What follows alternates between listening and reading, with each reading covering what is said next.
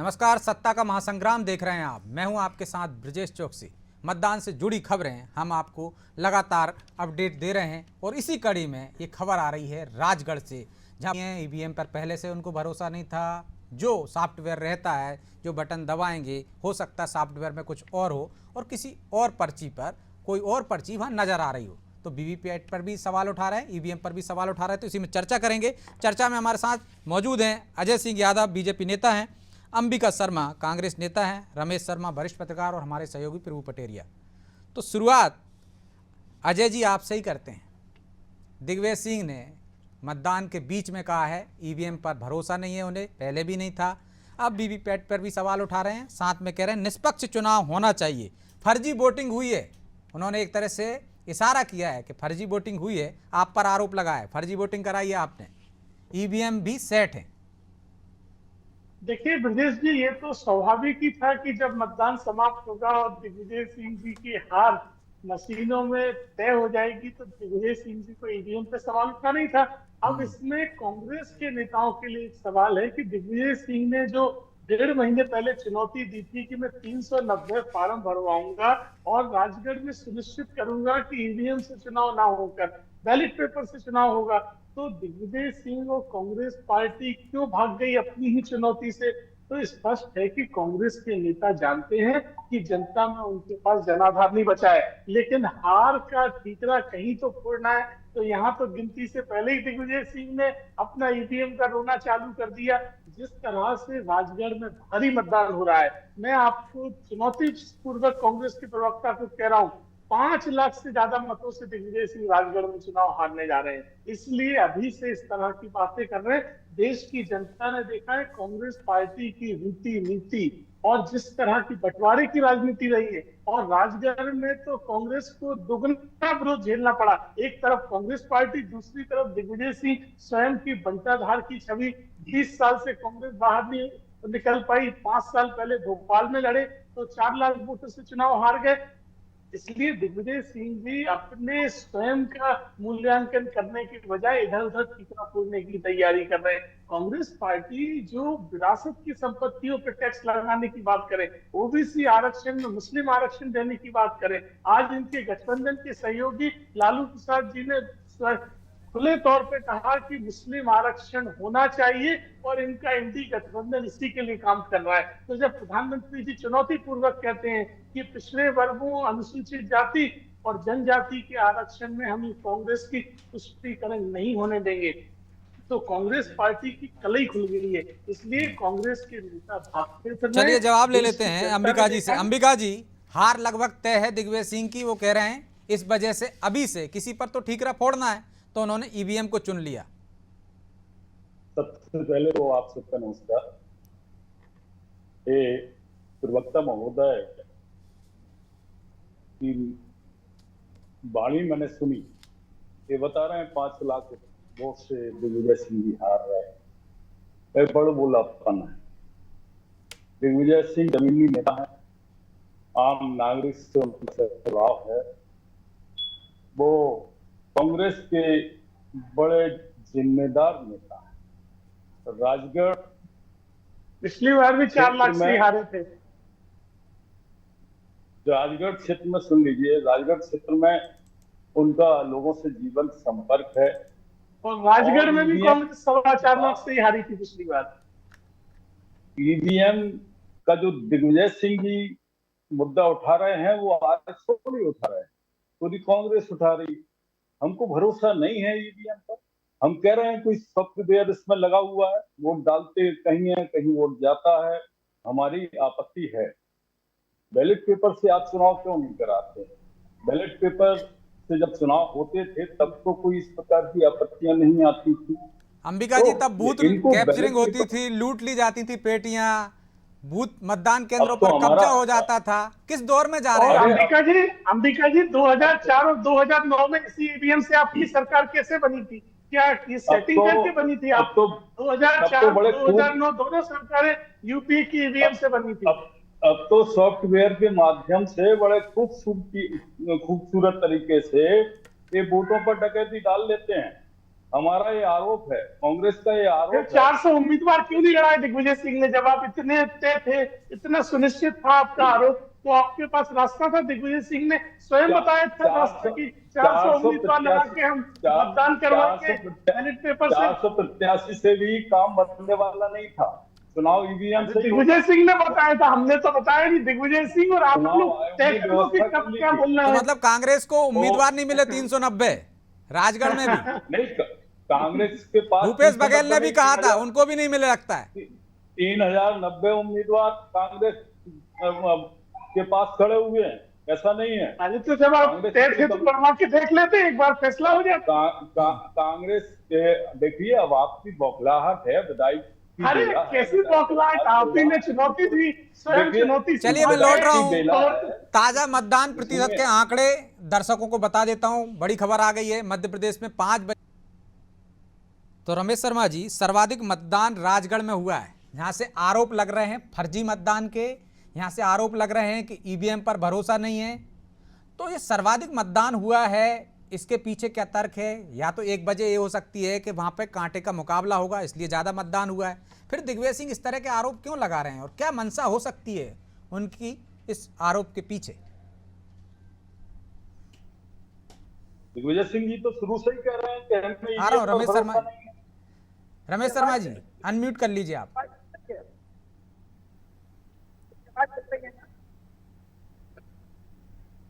रमेश जी, आपके हेडफोन में दिक्कत है लगता है। मेरी आवाज अब मिल रही है? जी बोलिए। देखिए, कुल मिलाकर के राजगढ़ में कांटे के मुकाबले की संभावना बहुत पहले से थी, और ये अनुमान अपन ने चर्चा भी की थी कि सर्वाधिक जो मतदान होगा वो विदिशा और राजगढ़ में हो सकता है। राजगढ़ में इस बार का मतदान पिछली बार से भी अधिक होने की संभावना मुझे लग रही है।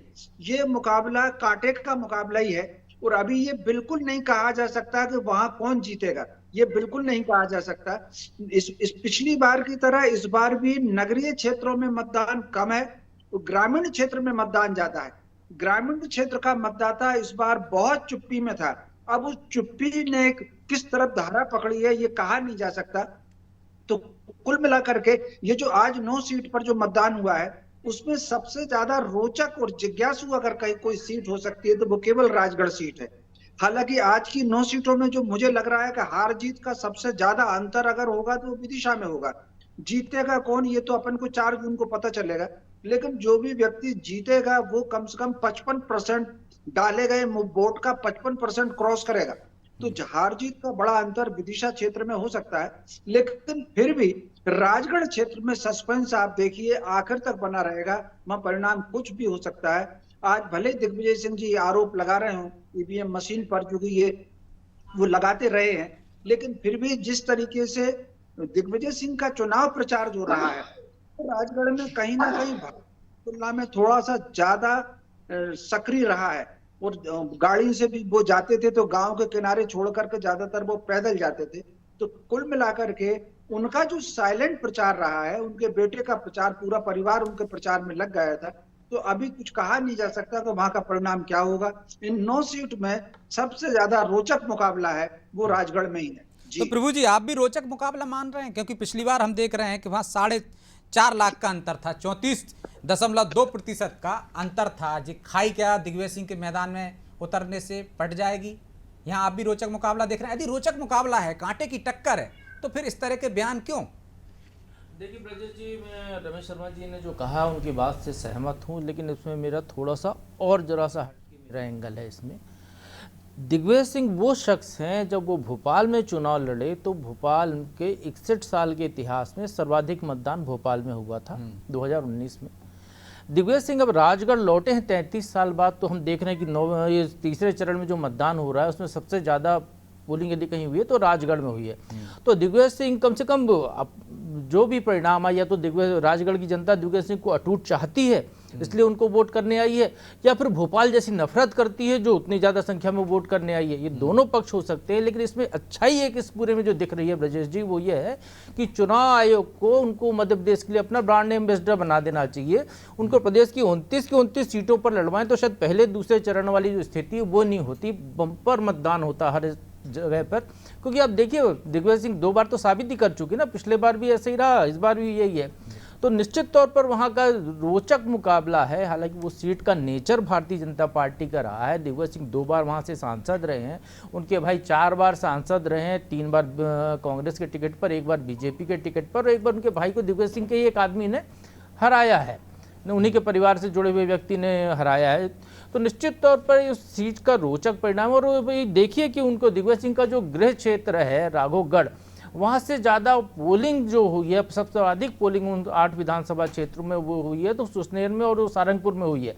75% से ऊपर चला गया है सारंगपुर 5 बजे तक, और ये और बढ़ने वाला है। ये वो इलाके हैं जो आरएसएस के गढ़ कहे जाते हैं, बीजेपी के गढ़ कहे जाते हैं। तो ये जो अंतर है राघवगढ़ या चाचौड़ा की तुलना में, जो दिग्विजय सिंह का नेटिव प्लेस है, वहाँ की तुलना यदि उन क्षेत्रों में ज़्यादा पोलिंग हो रही है तो अनुमान लगाया जा सकता है कि वहाँ का परिणाम पिछले बार की तरह ही लगभग हो सकता है, बहुत ज़्यादा बदलाव नहीं है।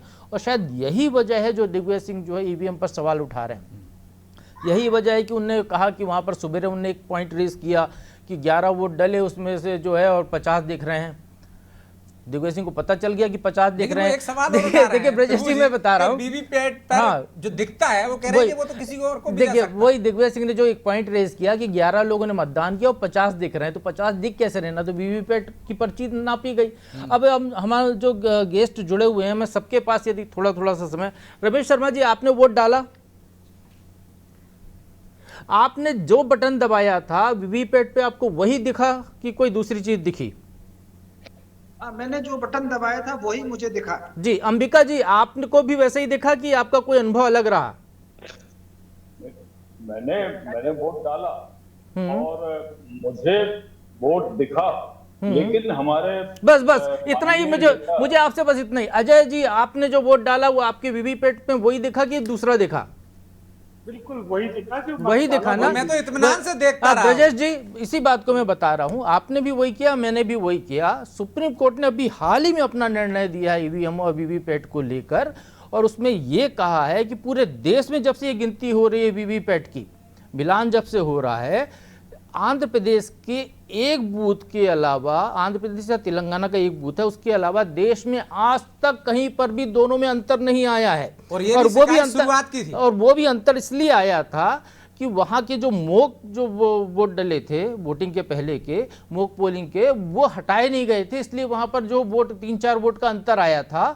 बाकी पूरे देश में कहीं कोई अंतर नहीं आया है। तो ईवीएम पर सवाल उठाना, वीवीपैट पर सवाल उठाने का तो कोई मतलब ही नहीं है। अब अंबिका जी अभी कह रहे थे उनको भी ईवीएम पे शक है, तो अंबिका जी, हम अनादि टीवी की तरफ से आपको 1 लाख रुपए का इनाम देंगे यदि आप साबित कर देंगे ईवीएम में कोई गड़बड़ी है। ईवीएम तो छोड़ दीजिए आप, इसके आधा इनाम मैं दूंगा कि आप अपना मोबाइल फोन को बंद करके उसका ब्लूटूथ बंद कर दीजिए, इंटरनेट बंद कर दीजिए, हैक करके दिखा दीजिए। जब आप मोबाइल फोन में हैक करवा पा रहे हैं तो ईवीएम जो ऑफलाइन मशीन है उसका सॉफ्टवेयर कैसे हैक होगा और कैसे बदलेगा? हमारी पार्टी को ये शंका है कि कहीं ना कहीं सॉफ्टवेयर में गड़बड़। अरे आपकी पार्टी का सॉफ्टवेयर यदि गड़बड़ हो तो दिक्कत है ना, उसका सॉफ्टवेयर की मरम्मत कराने की जरूरत है। जब सुप्रीम कोर्ट कह रहा है, जब ये स्थापित हो चुका, और आपकी पार्टी से पहले लाल कृष्ण आडवाणी जब ये सवाल उठाया था, चुनाव आयोग ने चैलेंज किया था, तो वो गए वहां पर बीजेपी वाले और हार मान के आ गए। उन्होंने लिखित में कहा कि नहीं, ईवीएम में कोई गड़बड़ी नहीं है। उसके बाद उन्होंने सवाल उठाना बंद कर दिया और माफी भी मांगी थी, उन्होंने माफी भी मांग ली। अब आपकी पार्टी को भी चैलेंज दिया था जब रावत जी, ओपी रावत जी मध्य प्रदेश के चुनाव आयुक्त थे, आपकी पार्टी से कोई वहां पर उस चैलेंज को स्वीकार करने गया नहीं। अब हम ही आपको चैलेंज दे रहे हैं, आप हमारे मान लीजिए छोटा सा चैलेंज, उतनी बड़ी रकम तो नहीं दे पाएंगे हम लोग, लेकिन हमारा छोटा सा चैलेंज आप मान लीजिए। आप और सुप्रीम कोर्ट में भी साबित नहीं कर पाए, वहीं कुछ ऐसे तथ्य रख देते, सिर्फ ये कह देना कि अमेरिका में नहीं होता ईवीएम से चुनाव, इसलिए यहाँ नहीं होना चाहिए।